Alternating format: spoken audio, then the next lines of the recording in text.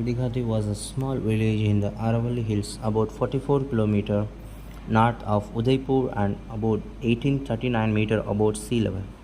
Beyond this is Haldighati Pass, a narrow defile almost a kilometer in length, running south to northeast. It ends in a plain, where the famous Battle of Haldighati actually took place between Maharana Pratap-5 and the Mughal armies of Emperor Akbar.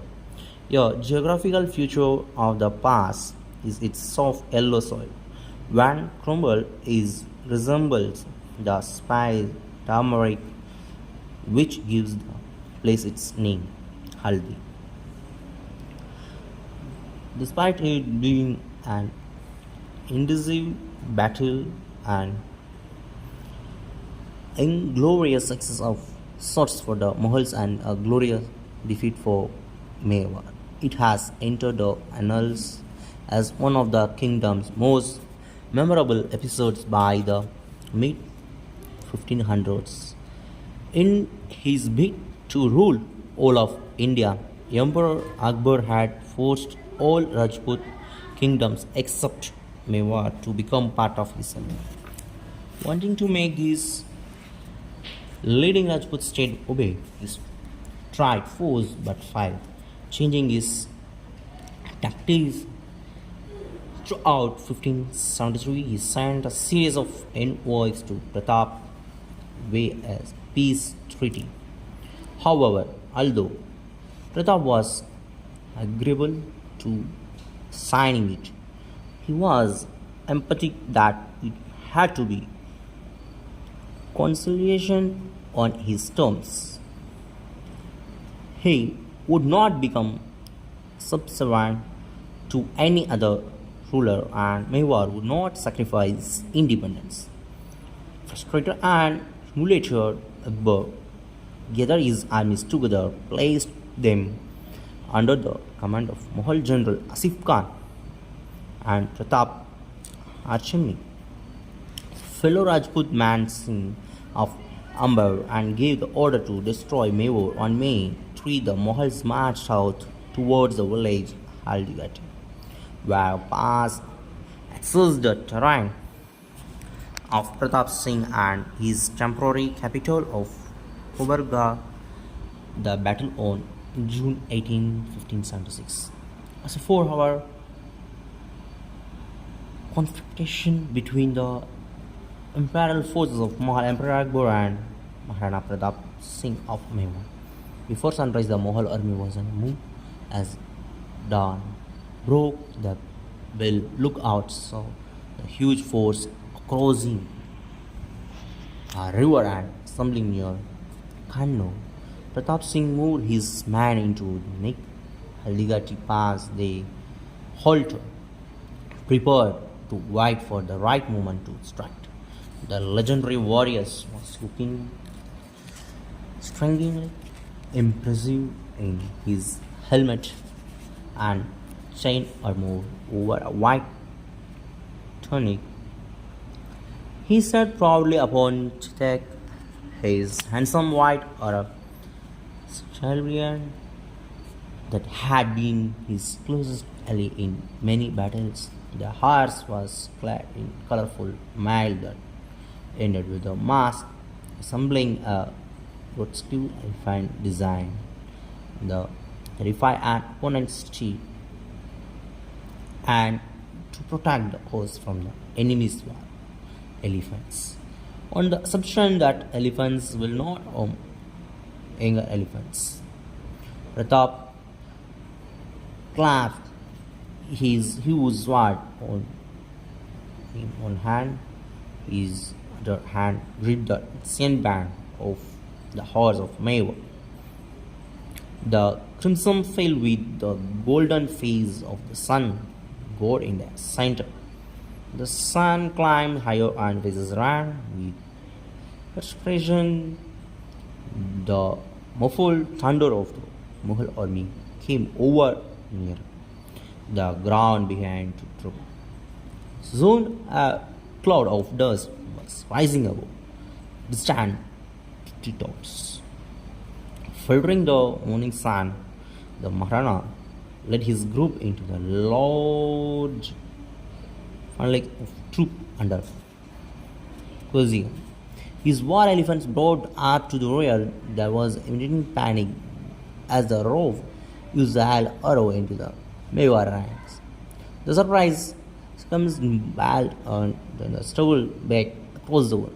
And even Rockstrode Parent Pixies torn bushes dove into their skin and clothing. They collided headlong with the warrior youths. Charged, giant horses, cram, swords clashed, musket cracked, bows swung, and arrow ripped into bodies.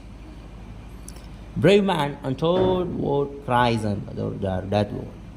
A band of Mahal Rajput turned and fled straight into the line of troops moving to the right. The dead and wounded on both sides began to clutter the pass. The ground was already running scarlet. Pratap grew forward out of the field and immediately clashed with his gun and 6 days of secret. The onslaught was vicious. The enemy broke and fled. It did not stop until they were at least 16 kilometers beyond the river, where they were confronted by the rear guard. They reformed for a new assault. Already Pratap and Chetak had sustained several wounds and down. The Maharana, holding the crimson banner high, led his men deeper into the enemy's rank. A wall of the emperor war elephants brought forward to stop the advance of the Mewar elephants. Authorities relentless victory charge. Yes. Destroy musket ball, killed the heart of the Mohel elephant. It ran out of control, trampling all in its path. The opposing elephants impacted his dust, ripping into flanks. Broadswords in trance, slitching open any unprotected flesh. Fighting of all comers, Pratap and his men pressed on into the heart of the enemies, trying to encounter Mansi. And the heavy artillery, the death of the first put through the Mughals' forces into destroy, and the loss of the artillery would at least realize the massive advance the Mughals had over Mewar. Above the din of battle, he heard a familiar war cry and spun round in the saddle. Man Singh was standing in his elephant's hut, trying to encourage his men. Screamed that rout of the Mewar warriors. Pratap spurred his stride and determined galloped towards Man Singh. Lance's towards the warriors could not stop his fury. He cut his way through the Mughal general. Chetak skidded to the hall, threw up just but collided with the elephant-clad armor. He reared up against the huge beast, his forelegs glancing off its tusk. Man Singh was partly obscured by his out, but Pratap held his lance at the hover. The weapon passed through the driver's body, killing him instantly and smashed against the wired metal plates. Man Singh had disappointed, appeared, thinking he had killed Man Singh. Pratap let out trampled cry of revenge. The uncontrolled elephants were around panic. The broadsword in strength sliced through the tendons of one of Chetak's head legs. Pratap's first impulse was to make another attempt to destroy the Rajput traitors, possibly meeting death in the blaze of glory. One of his officers, Jalaman of Sadri, snatched the royal standard of Mewar from the Pratap's hand, determined to fight a rear guard action until Pratap's army had reached the protection of the defile. Right swiftly to safety, he added,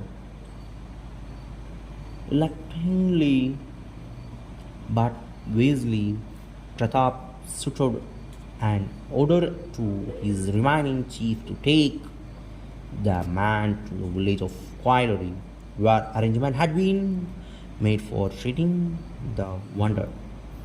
Waving a sun god banner, Jolo running his man who met the enemies and counter-attack as the remainder of the Mewar army disappeared into the cover of this. Bringing up to the rear, Pratap stopped upon itself.